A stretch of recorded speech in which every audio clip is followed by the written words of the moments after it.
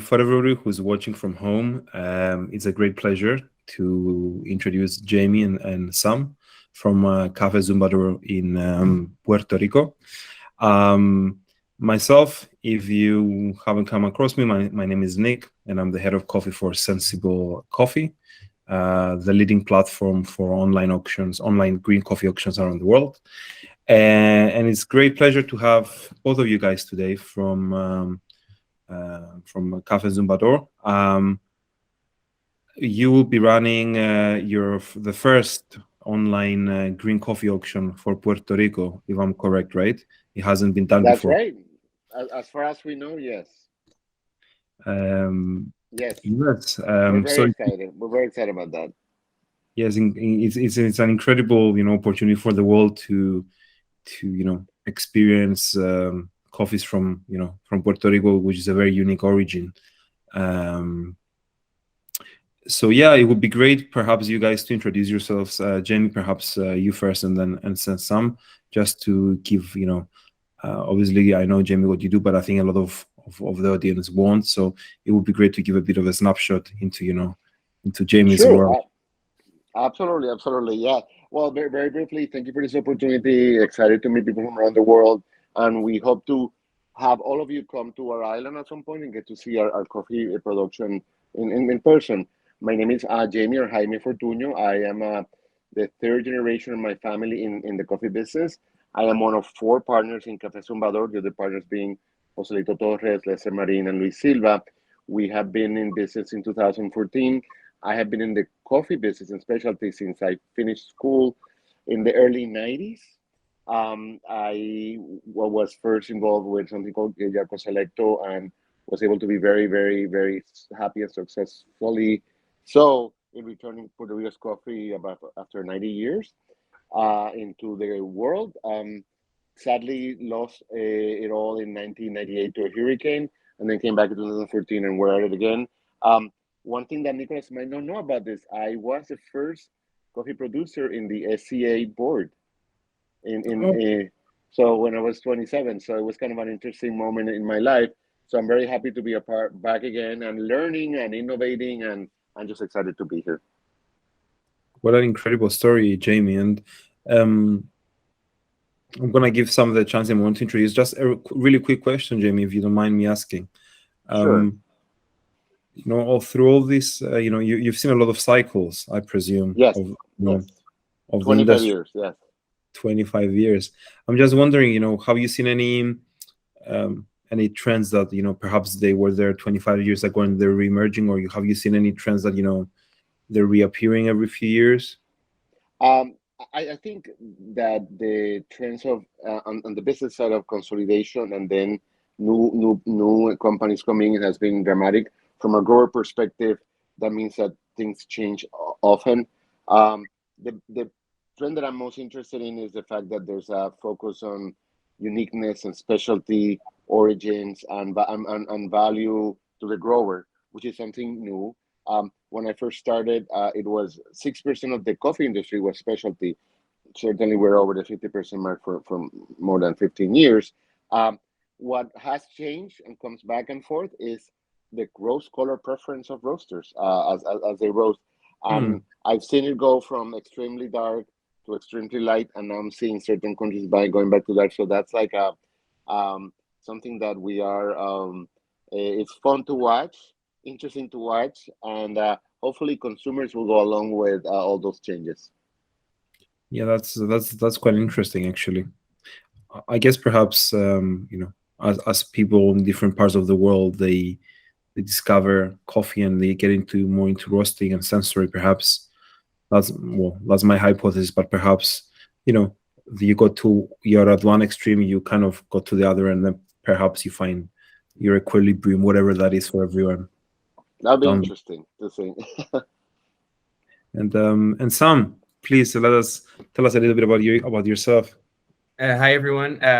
Great to be here. My name's Sam Fortuno. I'm Jaime's son.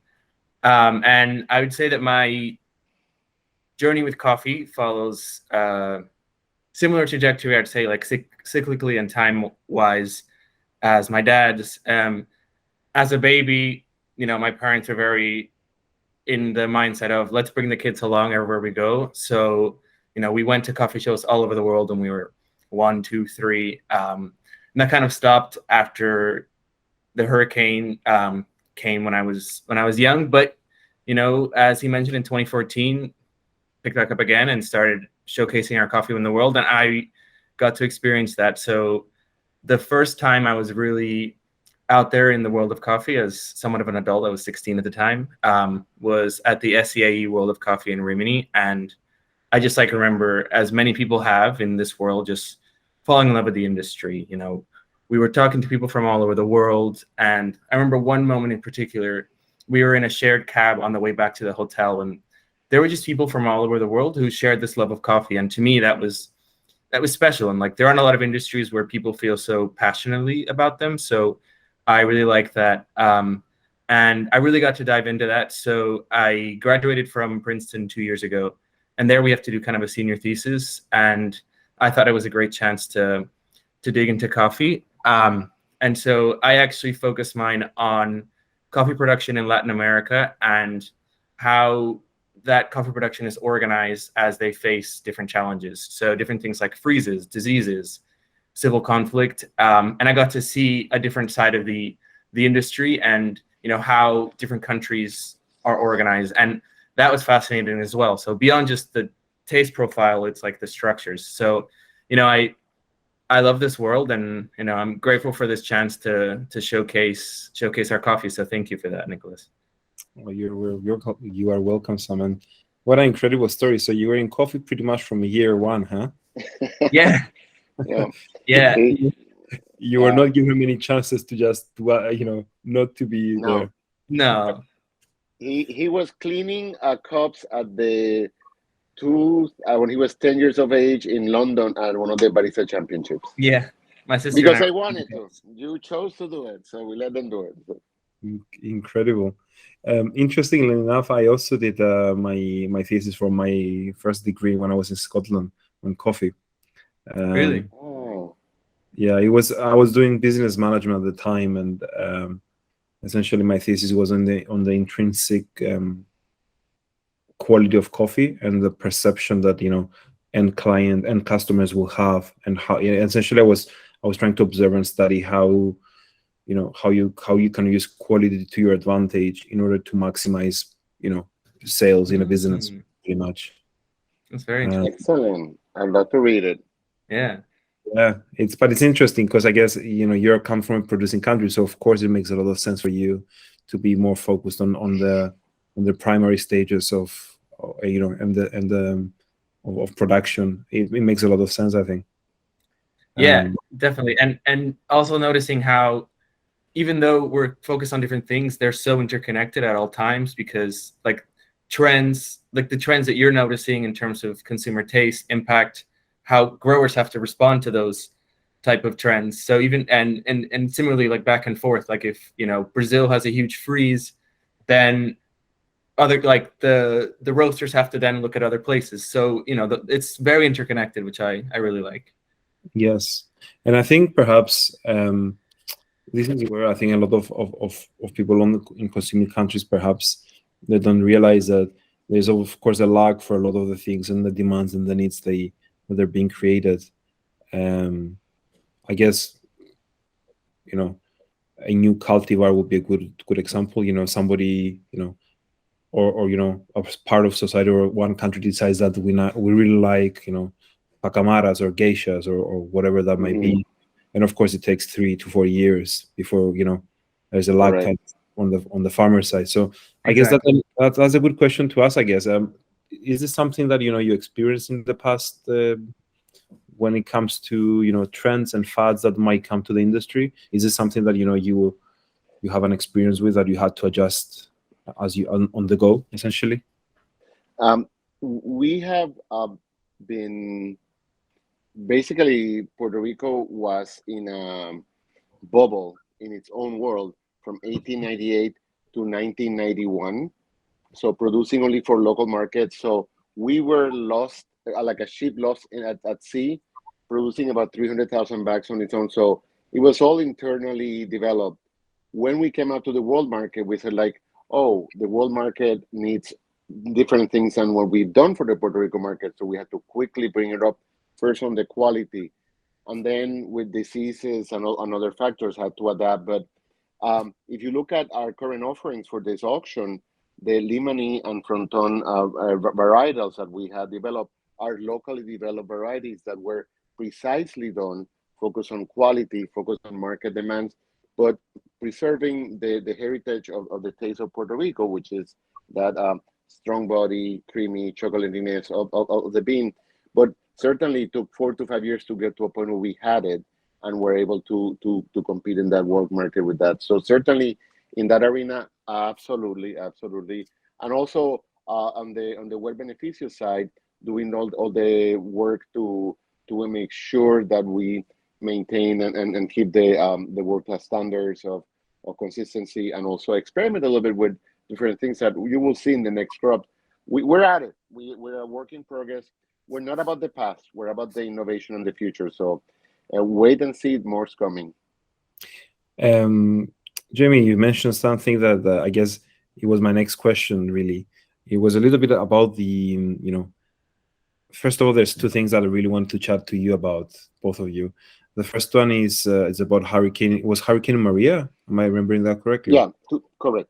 2014, it was it, right? 2017 was Hurricane Maria. It's the strongest hurricane on record. We had two hurricanes in 1898 that were equally strong. It's hard to get the measurements that we have, but it was 13 hours of over 210 kilometers an hour wind. That destroyed 85% of the coffee trees, 95% of the electric grid. We lost 300,000 population moving to the States. We are part of the United States, like Hawaii is in the sense that people can move back and forth. And we lost our nurseries. So in 2017, we were wiped out. We didn't have anything new plantings to do. So it is not until this crop, and this is what we're so excited to be with Sensible Coffee, that we have a sizable crop. We've had smaller crops coming along, and we've had a very particular client that we work with for the last couple of years. But this is our first crop of importance since then. It was a point of decision of like a fork in the road, if you may. When the hurricane happened, he said, "Should coffee be grown in Puerto Rico? Should we focus on doing the specialty coffee, or because it's so hard and there's so many things dealing with hurricanes?" And we made a conscious decision to say, yes, let's do it. For one reason, for the taste profile, because you have to preserve this taste profile, unique taste profile, celebrated from the 19th century by writers, including Jules Verne and many in the European continent, to 20th century recognition by the likes of Philip Joubin, and our first cover was Miss Ted Lingle, if you can imagine that, for the coffee that we started with, to the realization in the 21st century that when we have been at market, wherever we go, we found that our audience has said, like, why didn't I try this before? And we've had neophyte people come into the coffee industry to taste their first consumers the first time, as well as very experienced copper saying, this is a profile worth preserving, and it's a very agreeable taste. And the best compliment, and humbly I say that, is wherever we have been, we've been among the top 3 for every roaster we've been with. So we are excited to bring it back. We are a limited production coffee. This is not a large production coffee. It's very expensive to grow in Puerto Rico, but it's worth doing it. It's so interesting, Jamie, because I think there's so many, as an ex-buyer, there's so many interesting points there. First of all, what an amazing story, losing 85%, I believe you said, of coffee trees. Of the trees. The trees. Not even the crop, the trees. Yeah. Trees, and no electricity. Oof, have been really tough. For 6 months. Yeah. Have been really tough. But also, yeah. PTSD from it. Oh no. But I think also the in terms from a buying perspective, I just find I'm really happy you guys are moving with an auction, because I think I had perhaps the opportunity to taste Puerto Rican coffees 2 or 3 times in my life, and I think I'm one of the few that I had. Before we met, I only perhaps tasted it twice, um, and it's such a unique coffee, which I'd love you to speak to a little bit more about your experiences in terms of the flavor profile in a moment. But also, Limani and Fronton, there's such unique varieties. Um, if my memory serves me right, I believe they're hybrid of Timor with Villas Archi, I think. I believe And so. yeah, and Yes. what's interesting is that I don't think you can actually find true either of the two varieties, like true of those varieties outside of Puerto Rico because of cross pollination, like natural cross pollination. So it's such a unique, Yeah. I guess, such a unique cultivar for buyers to try and people to try for the first time. Um, Absolutely. That's why we're here. That's why we are still doing it, despite all the difficulties of the weather and, with climate changing more, it's a challenge, and we are actually addressing that with stronger rooted innovations that will come along. But when it comes to taste, and I know we have Sammy for about 5 more minutes. When it comes to taste, I'll address a little bit, and if Sammy, if you may want to add something. If you look at the history of coffee, they always talked about island coffees as mild coffees. If you look at 200 years, 100 years, 50 years, even 30 years ago, um, we were never included in that. Our best coffees in 1896 were probably one of the first records in that I've seen in history. We've looked many places where there was a premium paid for Puerto Rico coffee in Europe. So one of the first higher priced coffees in the world before our labor costs were what they are today was the best coffees of Puerto Rico. And but right now, just like way back then, the coffee has impresses you with a great body, a very chocolatey taste, an incredible creaminess, and a sweetness and a wonderful aftertaste. It is a coffee that what the one thing I'll say is I have a very particular point of view, and Nick, you've heard about this, that the best roast color is the SCA color recommended for roast, sampling. It's like at the second crack, more about thereabouts. If you roast it too light, you won't taste it. I would say perhaps I'm sure there's a lot of people who would enjoy it not as dark as second crack, but yeah, like I say, standard will be about 20% development after first crack. However, I think you're right. I mean, for me, all the times I've experienced Puerto Rican coffee, um, what was very interesting, and I guess I'm very lucky that I've through judging and through being a cube grader, I've tasted a lot of coffees in my life. But what was always interesting with Puerto Rican coffee was the creaminess. When you describe, like in my mind, when somebody describes a creamy coffee, it's Puerto Rico. It's Excellent. that's it's like when somebody wants to describe it as a very complex acidity. For me, the first thing that comes to mind always is Kenyan coffee. That vibrant, high, medium high, complex, acidity profile. Yeah, absolutely. Beautiful And, color. yeah, and then Puerto Rico for me is always that that big body, creamy. It's like especially one of yours that I've tasted. It was almost like I wasn't tasting coffee, which was you don't get it that often. Well, Yeah. Sammy, as I know you had to depart, but you've had your own experience with people even at Rimini in tasting their coffee. You didn't believe that it had no sugar in it, remember? Yeah, definitely. And I think there are like a lot of unique like geological factors that play into that. Like it being a small island with large peaks, it has like certain advantages. I would say like for example, like the volcanic soil is like super nutrient rich, which is a huge factor. There's a lot of rain, which doesn't happen all over the Caribbean, happens in some parts, but it happens in Puerto Rico, which helps a lot. We also have a very, very unique thing, which is that the winds will carry some micronutrients from the ocean to the peaks. This was actually like discovered by the Mayagüez Campus University of Puerto Rico in the 90s. And that happens because the distance between the ocean and the peaks is so small in Puerto Rico. So, there are a lot of like incredible things that make for this creamy, strong-bodied taste, that which is why we're here. And despite all the challenges, it's as we've been saying from the beginning, it's a taste worth preserving, and it's a piece of history that we want to share with the world. That's so interesting, Sam. Something I definitely didn't know myself. But the moment you mentioned that about the wind, I remembered listening to a podcast from Lucia Solis, which is she's expert in fermentation processes for coffee, and she was discussing one of your podcasts. She was discussing about microbes, microbes in the essentially in the area or in the environment where you grow coffee trees, and how important they were into the actual final cup profile.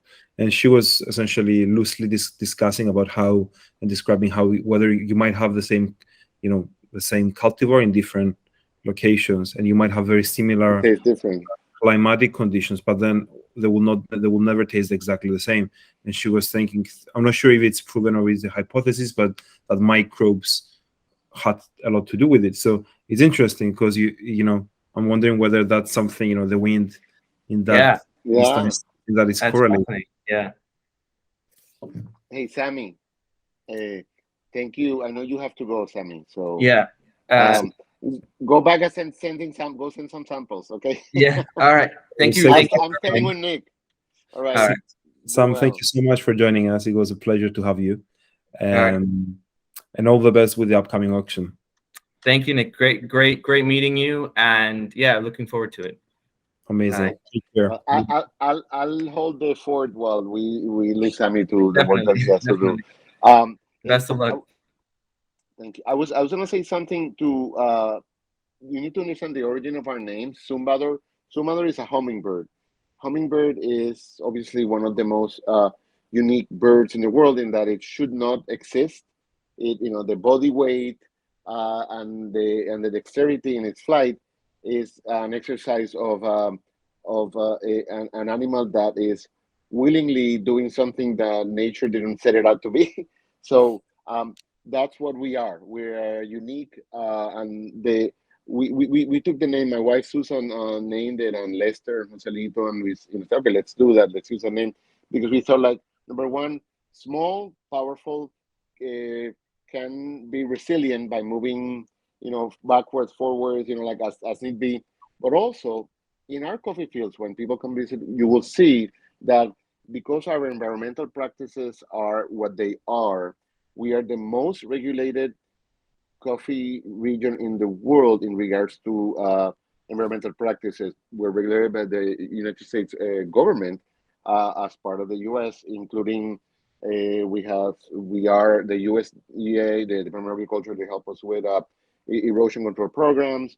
We have a very, very, very limited number of naturally originated fertilization items that we can use. The water quality is key. The rivers have to be so any water use has to return as it was taken.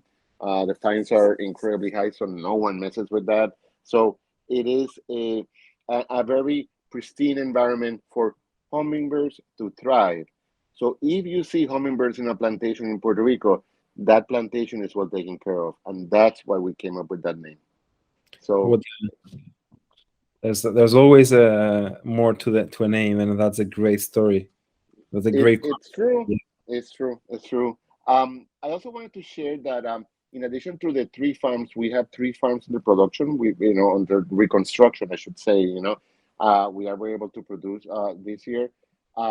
We are including the shade trees we planted. We lost most of the shade trees because obviously of their size during the hurricane. But we also, part of what we bring to market, we have encouraged and supported with the help of international organizations to bring in some families that are growing in smaller plots some coffee as added income. And so our nursery, which we had to rebuild, we've done millions of little plantings since the hurricane. We've done a TechnoServe, have worked with us to train a lot of these growers. Many of them are women head of households that we're working with, which will come along as the as the plantings grow. But we try to make it be more like a rebuilding an industry, not just rebuilding three farms. And when people get involved with us, they're part of that process. People in Puerto Rico have a good standard of living, relatively speaking, to the coffee world. We're still our average income is 40% of the average of the U.S. income, but we are, relatively speaking, to the world, a proper place for people to live, where healthcare is free, school is free, there's food safety, and there are many considerations. So people are have a long life expectancy. Nonetheless, the mountains are where people live, and they live for Florida, or they live for Texas, they live for the places. And preserving an industry with young people, which is my goal, our goal for Zumbador, is a way to preserve a way of life and preserve an industry that has been there since 1736. So this is before the South America, Central America, and everything saw coffee. We had our friends in Guadeloupe and Martinique have it, the clear, the famous story. They brought it to us shortly thereafter. And along with it came a lot of the Corsican immigrants that were key to the start of the industry. My family, my mom's side of the family, is from one of those Corsican immigrant families that came in the 1860s. And they showed up, all the lands and the flatlands were taken. They said, like, go see what you can. You come to the mountain.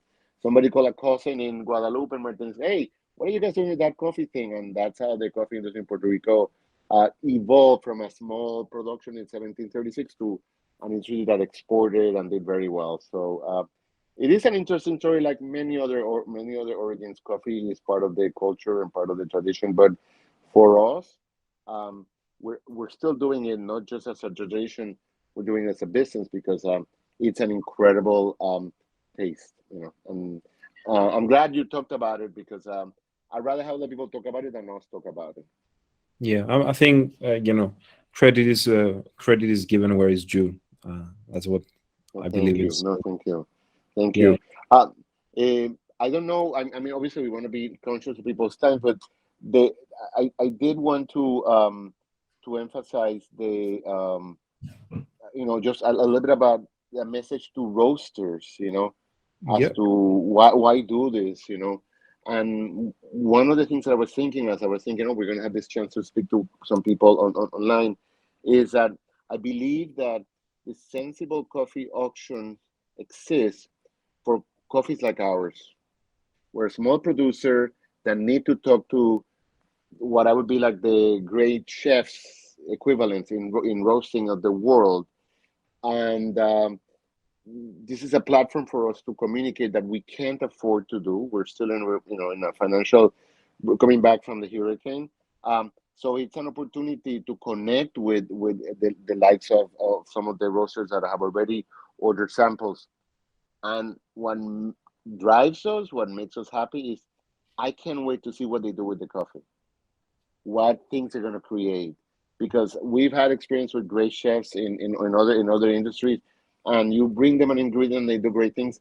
So this is a time for us to see, wow, what an opportunity. So I want to thank Sensible Coffee. I want to thank you and Alan and Anna and the team for giving us this opportunity. And if I were to be able to talk to a roaster and say to her or to him, look, this is a unique taste. This is a flavor profile that you perhaps can find elsewhere. You are preserving an industry. You are preserving a way of life and promoting environmental labor practices that people want to see around the world. That's why they get all those certifications.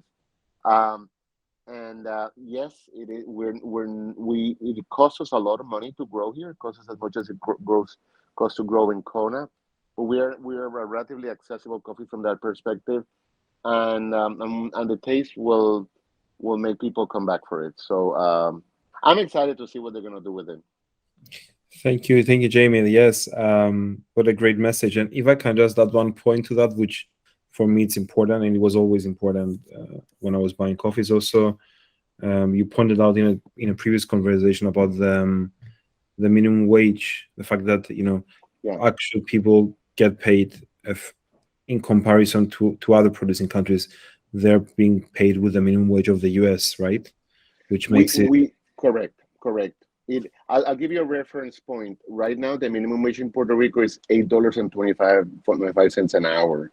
The reality is that the average wage, particularly at this moment, is closer to $12 to $15 an hour for people. Construction is $15 an hour. The wages for we people are paid. The least you can be paid is the minimum wage, and Mhm. the U.S. Department of Labor supervises coffee farms and ensures that people are either making at least a minimum wage, but in reality, because of the type of work it is, you're working in hills that are like this. You gladly pay people more.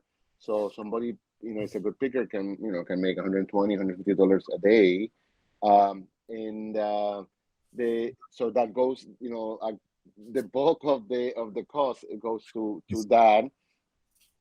And the other thing is that that income is not subject to taxes, not subject to any other. If they have some government support for housing or whatever else, it doesn't go against that. So the government really supports that.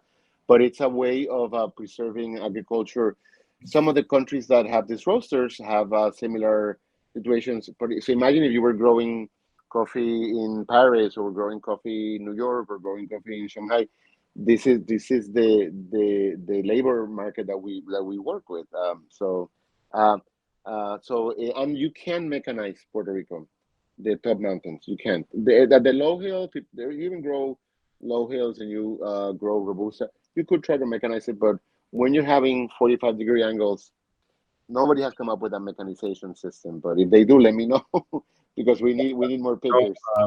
I remember when I was young, my grandfather will take me up to the village in Cyprus, and Uh-huh. we'll have to pick olives from olive trees. Okay. Again, on a Oof. slope of almost 45 Yeah. degrees, with a overhanging, and there was a road under it straight away. So yes, I definitely understand where you're coming from. You can relate. You can Yeah. relate. That's it. That's exactly the type of experience that we have here. It's also in rainy season, so it's a little bit complicated. But we've been doing it for a long time, and wow, we have to wait to preserve it. We're also innovating. We're not staying behind. We've always tried to innovate since we came in the '90s. We did micro lots as of 1993. We were doing a number of other innovations on the wet mill, whatever. Now we're innovating. We're doing right now some experimentation with a mix of an old type of tree that we had here with the root system and do a type of tree that survived the hurricane. So you might see some things coming the next 2 years that are related to that, so that we are climate change resilient as well. Uh, it's all about what's next. The Limanin Fronton are innovations. So we're trying to do what we've always done, which is to try to stay a little bit ahead of time. Um, One thing I'll say, in the spirit of innovation, our roaster friends around the world that we're encouraging to play with the coffee, try it as a single origin espresso. Try that. Um, you might get an interesting surprise. The crema is uh, particularly if you let it get to the second crack. The crema is incredible, and the well-roundedness of the cup is just there. And I learned this from when I first started. Someone that was whose whose grandfather had bought coffee prior to 1898. So I learned from an 80-year-old man whose 80-year-old grandfather had talked to him as a kid. So imagine that point of reference. And he said to me, in Italy, the espresso that you get from the best coffee from the highlands of Puerto Rico is the best espresso he's had. And I said, like, and then he told me how he did it, and I was like, okay, I'll carry that my whole life. So I'm bringing it to you, 25, almost 30 years later. Please try it. I can definitely see how, especially if that was if they had Italian backgrounds, or how Italian buyers rather would really value this profile. Um, the big bodies, the great mouthfeel, the great kind of creamy body. Yeah, I can definitely see how that part of the world would really, really enjoy a single origin espresso. So that just for fun, we've had we had over history a great success also in the Japanese market with other ways of preparing, with using the siphon and everything. I'm a French press person, and I love it for that. I think it's amazing, and my wife, who's our best copper, I think, loves uses it. She makes a mean flan. It's a Puerto Rican dessert. Please check it out. Flan, a coffee flan with a brewed a coffee from ours. It's just so. Anyway, there are Jamie, many things to do. for everyone from home, is it flam with an M or a flan with an N? FLAN. Flan is obviously Spanish heritage product. In France they do creme brulee. It's a Mhm. cousin of the creme brulee, but it's in the Spanish tradition. FLAN. Just look at coffee flan. Look flan and there cheese flan, vanilla flan, coffee. And you can put coffee flan and Puerto Rico, and you'll get some recipes as well if you Google that. So, uh, but all in all, I mean, what we want to say without spending too much time in people, I'm sure have busy days. Coming to market after 2017 and getting a chance to work with Sensible Coffee is something that if you ask me the day after the Hurricane Maria in 2017, I would say no, this is not happening.